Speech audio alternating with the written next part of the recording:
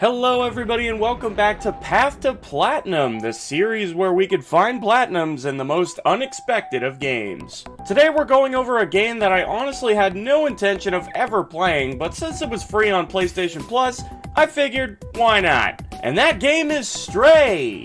The newest, charming, and relaxing puzzle platformer to hit PlayStation consoles.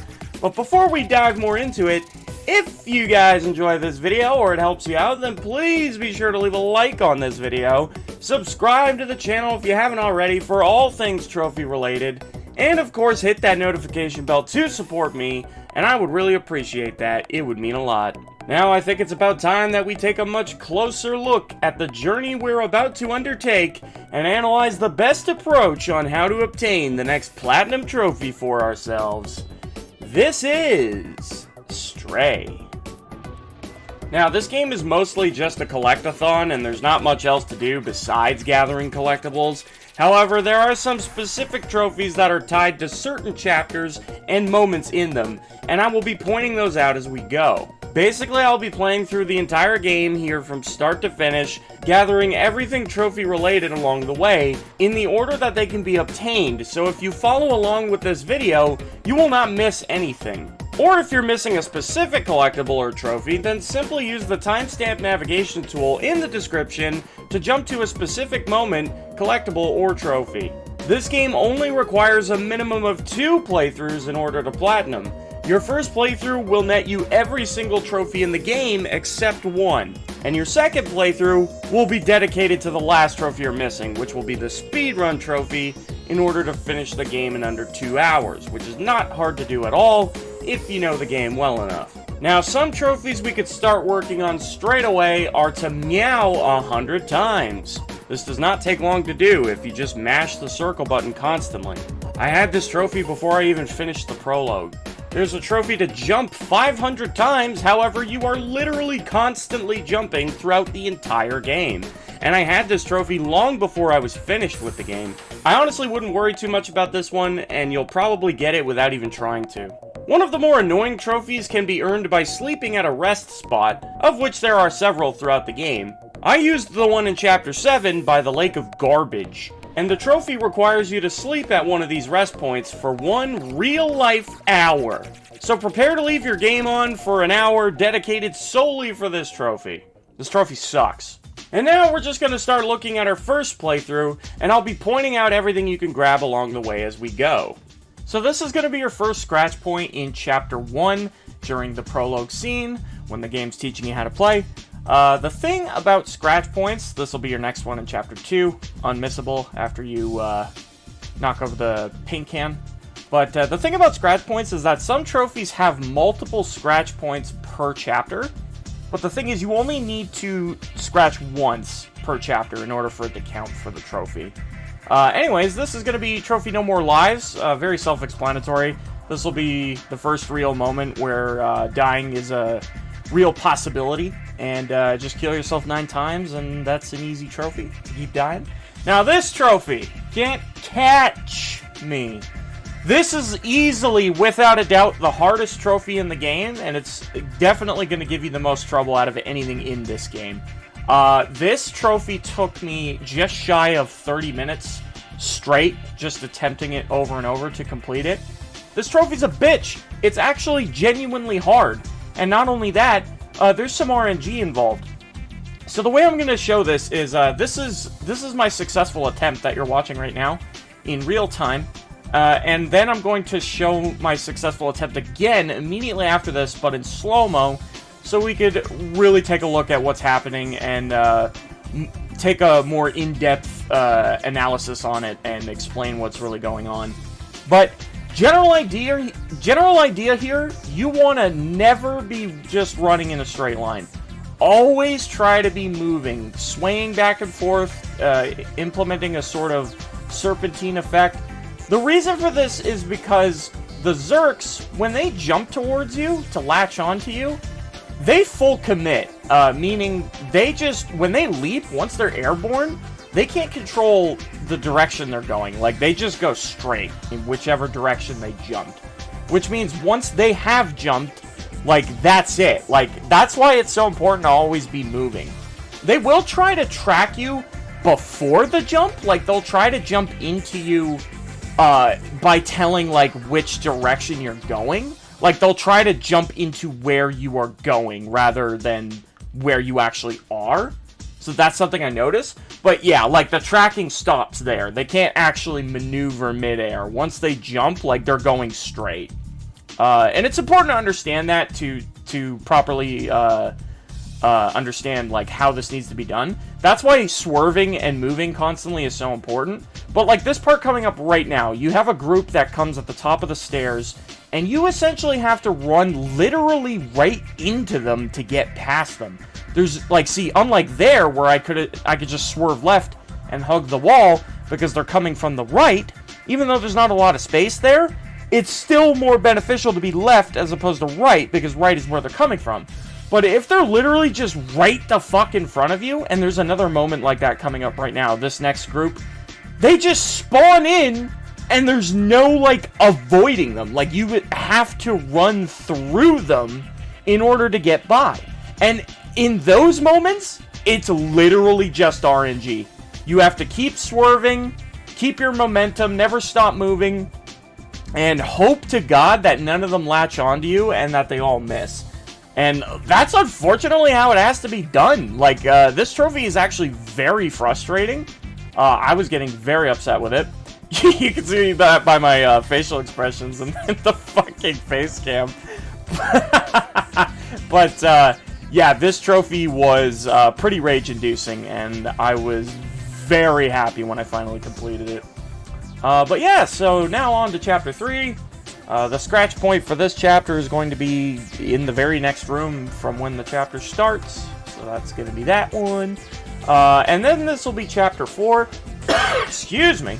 And this will be right next to the Guardian robot. He's very identifiable by his clothes. Right to the right of him, you can see this basketball, and if you just ever so slightly nudge it forward, it will just go straight into the basket, and that is actually a trophy. Boom, chat, Kalaka.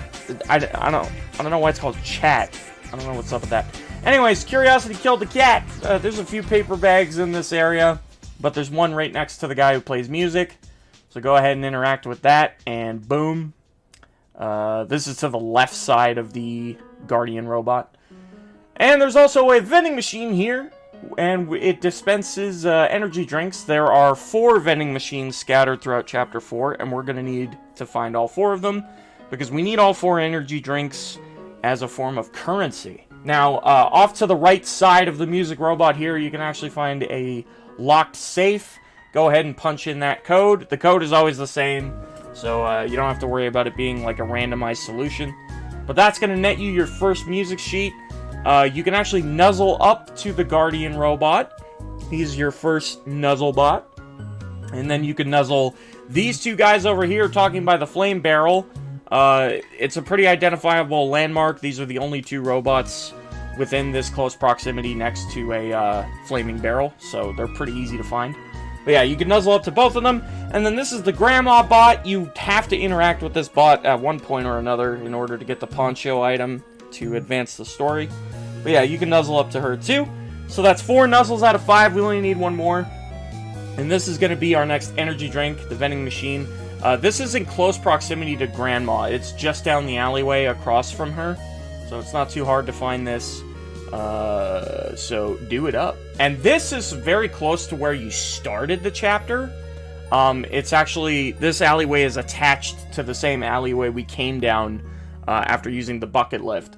But yeah, so here's your 3rd vending machine with your next energy drink. And right next to that, we could find our first memory. Well, actually, this is our 2nd memory. But you'll notice I wrote memory 2, even though this is the first one we're seeing. That's because the first memory we actually got was unmissable, and B12 just picks it up automatically. Now, this door is just across from the grandma bot. You can actually go up to the door and scratch at it, and this guy will open up and allow you to enter, which is pretty cool. And the music sheet can be found on the wall just across from the door. So there you go, scoop that up. And then if you make your way upstairs, we can find our next memory next to the fucking science-defying plants that apparently don't need sunlight in order to thrive. How is that a thing? Yeah, wake me when that day and age comes. Anyways, moving on, this is going to be the bar. This is a very noticeable and identifiable building in the center of the town. The memory is just on the second floor there, on the table. Let's go ahead and grab that. And just across from this very same collectible, if you hop onto the table, the middle table, you can find your next sheet of music. So that's going to be that one. And then, this is right next to the two guys we nuzzled up to, next to the flame barrel. This is an easy access route to get up to the rooftop. So go ahead and make your way up there. And through this open window, you can access one of the apartments. And right next to the bed here will be your next sheet of music. So there you go. And our next sheet of music can be found literally just outside the apartment we were just in. If you just go ahead and hop on this table on the balcony here. Bam! That's the next one. And then this is the rooftop across from the one we were just on. It's very easily spottable by this big-ass curvy arrow sign. If you just look for that, it's very easy to find this roof. It'll have your next memory, so there you go. This roof is identifiable because there's a guy sleeping on it. So just look for a roof with a guy snoozing, and you'll know that this next vending machine is very close. And that's going to be your fourth and final vending machine. We now have all 4 energy drinks that we need, which is pretty sweet. We'll talk more about that later. Directly above the vending machine that we just visited, we can find this TV and remote control. And if you just smash the buttons, swapping through all the channels, you will eventually get a trophy for that, which is pretty cool. It's pretty nice. And then the library is just across from the roof we were just on, changing the channels on the TV. So you just come in here, you can find a piano, and what's that? A sheet of music? Oh my god! There you go, that's the next one. This will be after you picked up Balthazar's diary, I think? Or journal, or whatever. It's the diary where you have to knock over the stack of boxes and it falls out. Once you need it in order to advance the story. So once you find that house with that book, if you just come out the window here by scratching the drape, you could come out alongside the alleyway here and find this mural for the next memory. And now this is going to be Momo's apartment, so you have to come this way in order to advance the story anyway.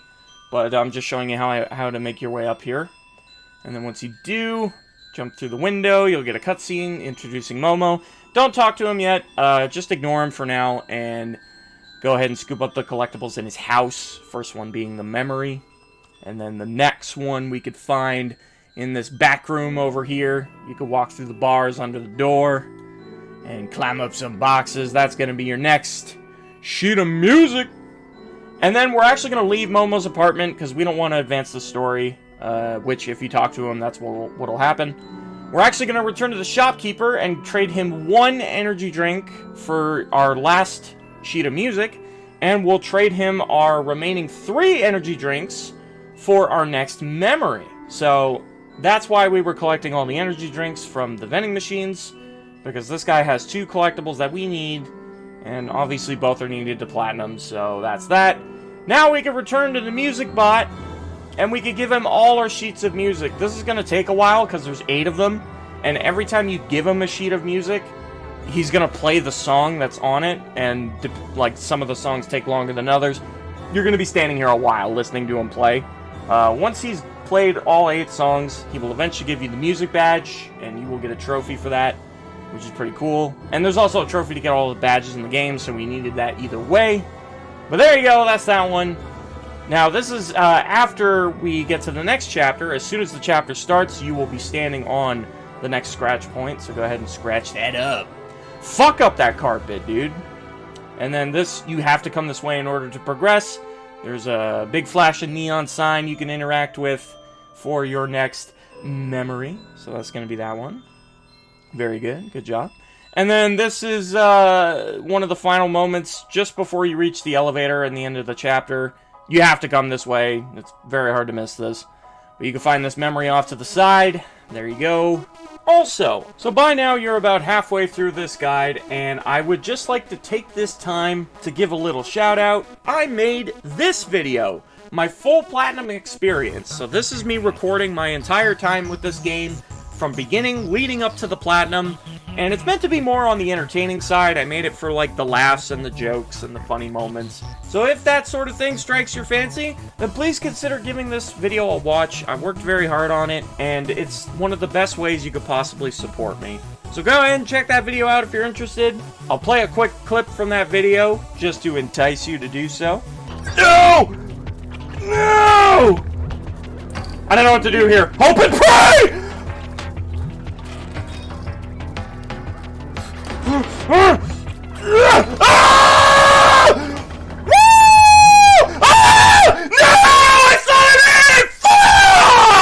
I forgot there was one last fucking group there. Oh my god, that was it. That was the last group. Hey, so if you liked that clip, then please feel free to check that video out. And I would appreciate it. Leave a comment if you did, and tell me what you thought of the video. And then this will be once you return back to the slums. Your next scratch point will be in Momo's apartment. You can fuck up his carpet too. No one's carpet is going to remain unharmed in this playthrough, I can assure you. This is as soon as you start Chapter 7, and we're looking for Doc. You can find that memory off to the side there. Very easy to spot. If you missed that one, I would be shocked.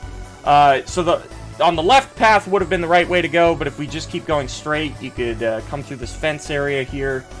And what's that? A fucking memory? Oh, no! I mean, oh, yes! Because we need those. And that was where I slept for the 1 hour sleep trophy. But yeah, so anyways, and this is once you find Doc and enter his apartment, you can interact with this mannequin in order to get the next memory. And then in the room directly across from the mannequin we just interacted, you could fuck up Doc's wall. You're a little fucking vandal in this game. You just fuck everything up. Alright, so this will be Chapter 8, the sewers, and there's a trophy tied to this chapter called the Pacifist, and it requires you to beat the entire chapter without killing any Zerks using the new flashlight weapon that we just got from the last chapter. And as you'll notice, if you run through the eggs, you'll trigger the enemies, but you could get through it pretty easily. And they can't jump up the barrels, so you're good. Run over and make your way back to the boat. They can jump onto the boat, as you can see. But any stragglers that land on the boat, they will eventually just die on their own. So, as you can see, not a big worry. Once you get to this point, take a hard left, run through the eggs. Doesn't matter, they won't catch on to you. And so my recording actually glitched for this collectible, but you would find the memory right here next to the railing. You didn't see me pick it up because I already had it. And then making your way back, just be careful of the enemies. In this room, the key with the eggs is the eggs won't hatch if you keep your distance. Like, the eggs only hatch when you get really close to them. So if you just try to stay center with the path here, you won't trigger any enemies. And then once you flip the switch, there's going to be some enemies that you can't really avoid. From spawning, that is. But you can avoid them physically. So just make your way around them best you can. Shake them off, what have you. Oh, and by the way, if any Zergs die from, like, killing themselves, like if they jump into the water or something, or just randomly explode, as they sometimes tend to do, that won't void the trophy, so don't worry about it. Like, the trophy can only be voided if you kill one of them with a flashlight. So just keep your hand off L1, which I believe is the flashlight that kills them, and you're good. You can run around every enemy in this level, like, it's really not that difficult. No trophy in this game really is difficult, except for the one in Chapter 2, to not get caught by a single Zerk. That one was tough.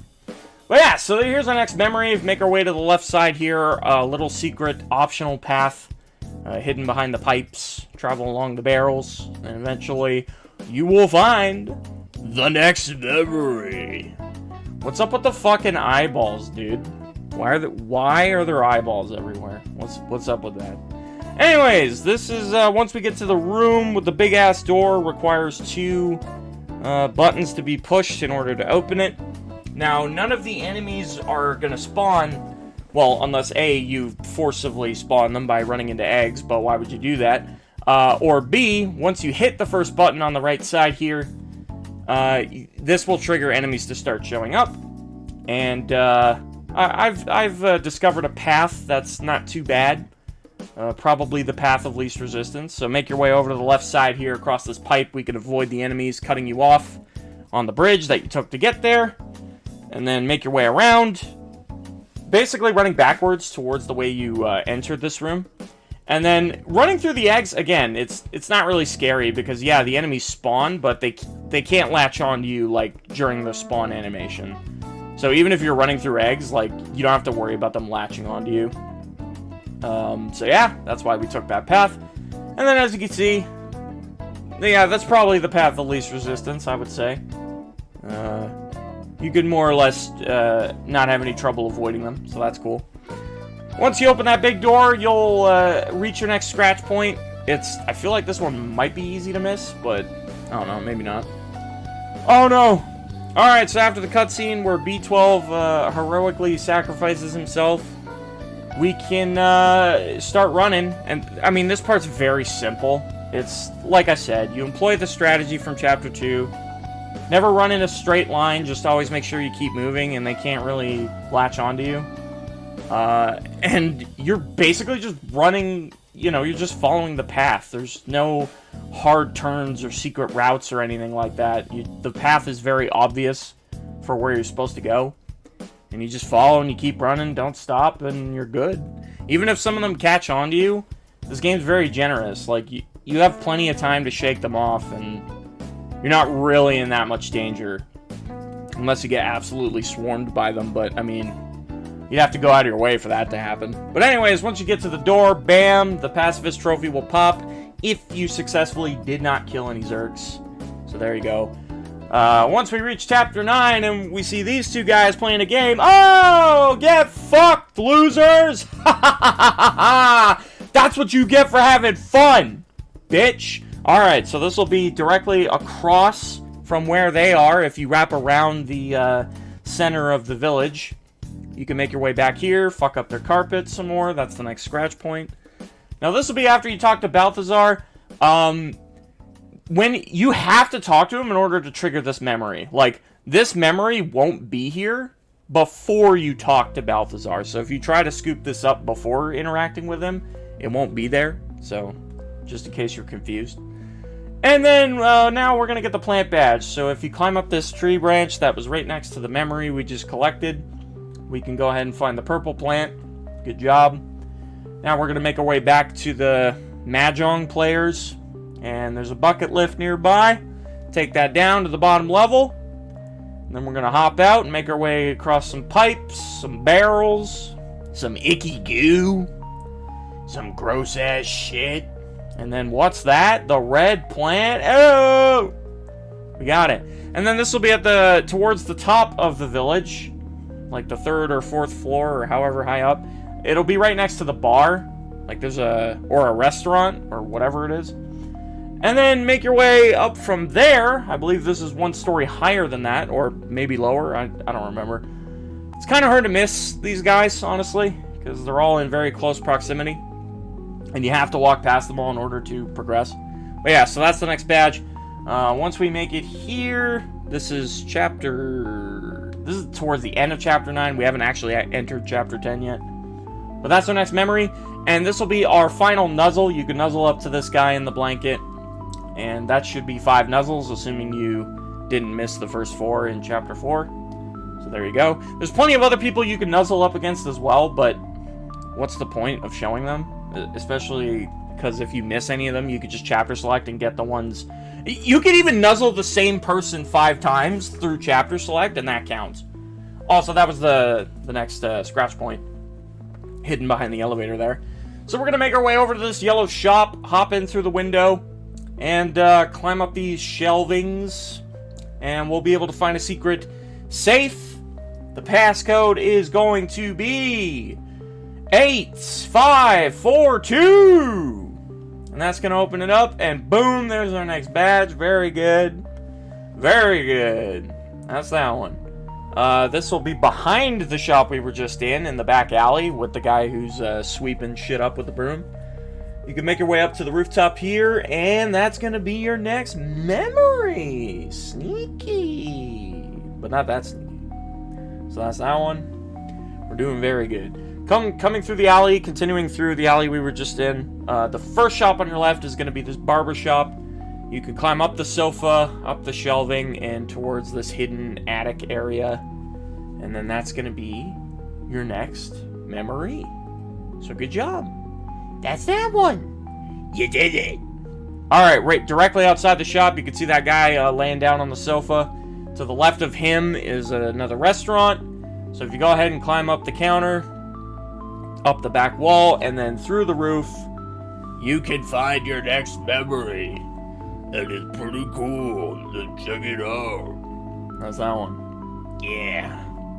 Alright, so this is right in the center of town where the giant hologram robot is. You can make your way between the two yellow shops. The two shops with the yellow lights. And this is an easy access to get to the rooftops. So we're going to follow this path forward and make our way up the air conditioners on the side of the wall. So there you go. Keep following the path all the way up as high as you can go. And eventually, you will see a barred window above you. So make your way in there. This will lead you to a prison cell with a dead robot. And this guy is going to have a badge. So go ahead and scoop that up. Bam! That's the next one. Alright, this will be after you did all the story shit in order to get smuggled into the Neco facility. So now there's a trophy tied to this place. Basically, you want to complete this entire area without ever getting spotted by a sentinel. The sentinels are those floating robots up ahead. You can see their line of sight is indicated by the blue light. Now, if one of these guys ever spots you, that blue light will turn yellow at first. And then if they continue to spot you, it'll turn red. It can't turn yellow. It has to be blue for everyone. If it ever turns a different color, you fucked up. But anyways, so yeah, just make sure you don't get spotted by any sentinels. Also, you'll notice I talked to that worker. He asks you to find his keys. So now we're on a mission to find the shithead's keys. So we're going to do that. We come over here and flip that switch. Make our way back across. This will have opened a nearby door. We're going to make our way across the way, avoiding the sentinels, continuing to do so. And then now we get to the tricky part. This is probably the part where it's easiest to be spotted. I came so close to getting spotted there, dude. Holy shit. By the skin of my ass. Yeah, so just use the moving garbage piles for cover. Make your way across the barrels here, and bam, that's the shithead's keys. So now we're going to make our way back to him. But you don't have to backtrack to get to him. You can actually continue following the path forward. So just keep hopping across the barrels.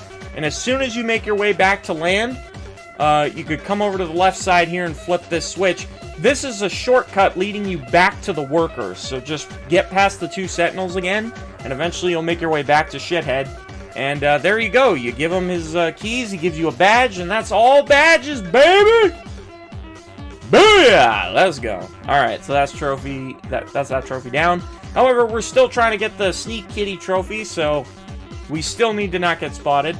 By the way, I haven't mentioned this yet, but if you ever were to get spotted, all you have to do is hit reload checkpoint, and like it won't count it. So if you ever do fuck up, just hit retry checkpoint. So this is going to be our next memory. This is just literally off to the side of the giant hologram robot in the center of town. And this will be once you make your way back to the apartment complexes where we first met Clementine. Except now there's going to be sentinels everywhere. However, they're really not that hard to avoid.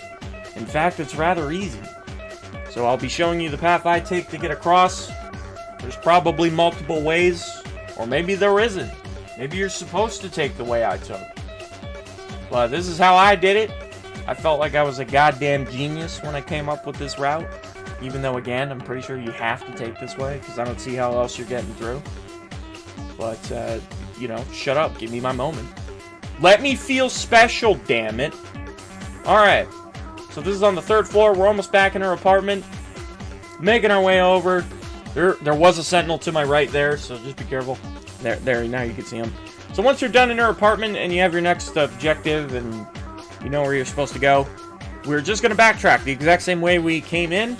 And none of the sentinels ever change routes. So, like, the way you see where they are, all the different sentinel placements, they never really move. Like, some of them will patrol, like this one right here. He goes back and forth.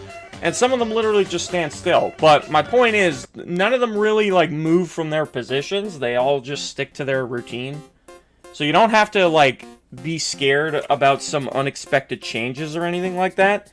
You could just literally take the exact same path out that you took to get in. And as soon as you make your way out, BAM! That's the trophy. Sneakitty. Never got spotted by the shitty sentinels. Alright, so this will be once you make your way into the club. Come back behind the bartender, and there's a secret little lift that takes you down to the basement. And then that's going to be your next memory, so good job. That's that one, bitch. Very good. And then over on this table to the left side of the dance floor, you can find a record. And then make your way up to the DJs. Pop that record in, and then scratch the shit out of it. Yeah. And, you know, it's funny, it's entertaining, and you get a trophy. Everybody wins. Alright, so this will be much later, once you're in the jail with Clementine, you're trying to break out. Very hard to miss this memory. It's literally along the path that you're supposed to go, so go ahead and grab that. And then, this will be once you need to let Clementine into the next room. You can run over to this tree here. That's going to be your next scratch point, so good shit. And that's all optional scratch points, because once you get to this part of the game, this is mandatory. You have to come this way to progress. That'll be the last one, and then assuming you didn't miss any, your trophy will pop there. And once you actually get into the next room, after where we just were, your trophy for all memories will pop. So that's going to be that one. Yeah! And then after that, you only got one thing left to do, bitches! And that'll be your speed run. So your first playthrough, you would have got every trophy in the game except the speedrun trophy. And then you just start a new game and attempt your speed run. So that requires you to beat the game in under 2 hours. It's really not difficult, trust me. You have about a half an hour of leeway. Like if you're being constantly efficient and as fast as you can be, it takes about an hour and a half, maybe a little over, to beat it quickly. But yeah, like the game gives you plenty of time. This trophy's very generous. It's not too strict. And but if you are scared about fucking it up and you want to actually watch the trophy attempt in real time, bam! Here's a link to my live stream where I attempted this trophy and did it on the first try and really didn't have too much difficulty with it. But yeah, if you want to see that, you can. The option's there. I'll leave a link to that stream in the description as well as on screen, goddammit. But yeah, so you have that option if you want more visual aid. But yeah, trust me, you honestly don't even really need a guide. It's really not that hard to do. And that is going to be every single trophy in Stray. Thank you guys so much for watching this guide. I truly hope you guys appreciated it and enjoyed it. And if it helped you out, then please don't forget to leave a like on this video. Subscribe to the channel if you haven't already for everything trophy related. And of course, hit that notification bell to support me. And I would really appreciate that. Anyways, that's going to be another guide in the bag. So that's going to be it from me. Anyways, lads, I hope you guys have a great one. Take it easy, have a good one, and I will definitely see you in the next one.